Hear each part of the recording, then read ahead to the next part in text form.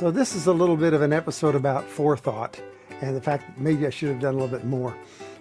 My videos have been spaced out quite a bit lately because I'm trying to do a lot of work to get the neighborhood done, and I could have avoided some of that by having things a little bit more prepared if I thought a little bit more about the things I might need to make the neighborhood actually work.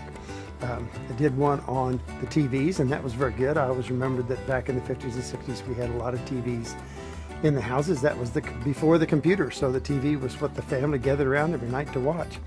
And if I had TVs, and then I needed antennas, so I did the episode on that. I hope you've watched some of those. And of course I wanted to copy the Kansas City neighborhood, although that's really a neighborhood from the East Coast all the way to the West Coast. There are all kinds of terrace neighborhoods like the one I have, all of kinds of neighborhoods that have retaining walls and the old-fashioned driveways where you had the two strips of concrete. That's all back from the 40s and 50s era. So I hope you have watched along the way, and I'll show how to put some of that in here in the future episodes after this next tree episode. But I wanted to emphasize this time that you want to give some forethought to all the things that go into the area, but you also want to be free to change and add things as you go along. I really came up with the fact that I wanted to do a yard. I wanted to show grass that had been cut and some that was still not mowed yet. I wanted a little scene with lawnmowers because I found a lawnmower in my stash of parts. And so then that gave some time for me to think about how am I going to make it look like it's been cut as opposed to uncut. And that'll be the episode right after trees. So be sure and stay tuned. You can see I haven't quite done that yet.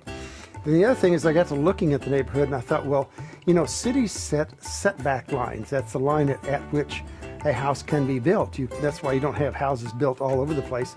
They build pretty much lined up with that build line.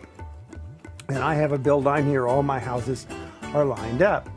But I have my background building here that really was, although a good print, it was too big. It's hanging way out to the front of the street here, and the build line or the front of the building here is way in front of my houses as they go back.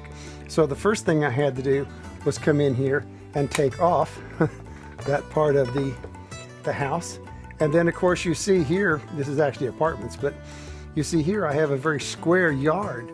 Well, that's no good. It doesn't look good with the rest of it. That building should be down on the ground like all the rest of them. So the next thing I did was I cut and I took that off, and now if we put these on the pegs where they should be, kind of already done that, there we go. Then that brings that down to where the building line is in line, and I'm lined up here. I've got some area back at the back. And now if I take some of these trees that I have, I can put them, you know, maybe one a little bit behind, put one maybe a little bit out here in front. Do pretty well by spacing those trees out. That's one reason for needing some more trees. So there's more to come on this neighborhood and some more things that I've kind of added as we've gone along and given some forethought to. Now, I wish I had done it way back and done the forethought before I started the episodes or the neighborhood itself. But it starts you thinking about the fact that if you haven't built neighborhoods like this, I've built lots of track, I've built lots of buildings and that kind of stuff, but doing scenery like this for a neighborhood was a totally new experience for me. And that goes back to what I've always said, model what you know, and I had to go back and do a bunch of research in order to find out, and you may have to do the same thing on some of your projects. In the meantime, until we meet again, I hope you'll go down to your train room and let your trains put a smile on your face.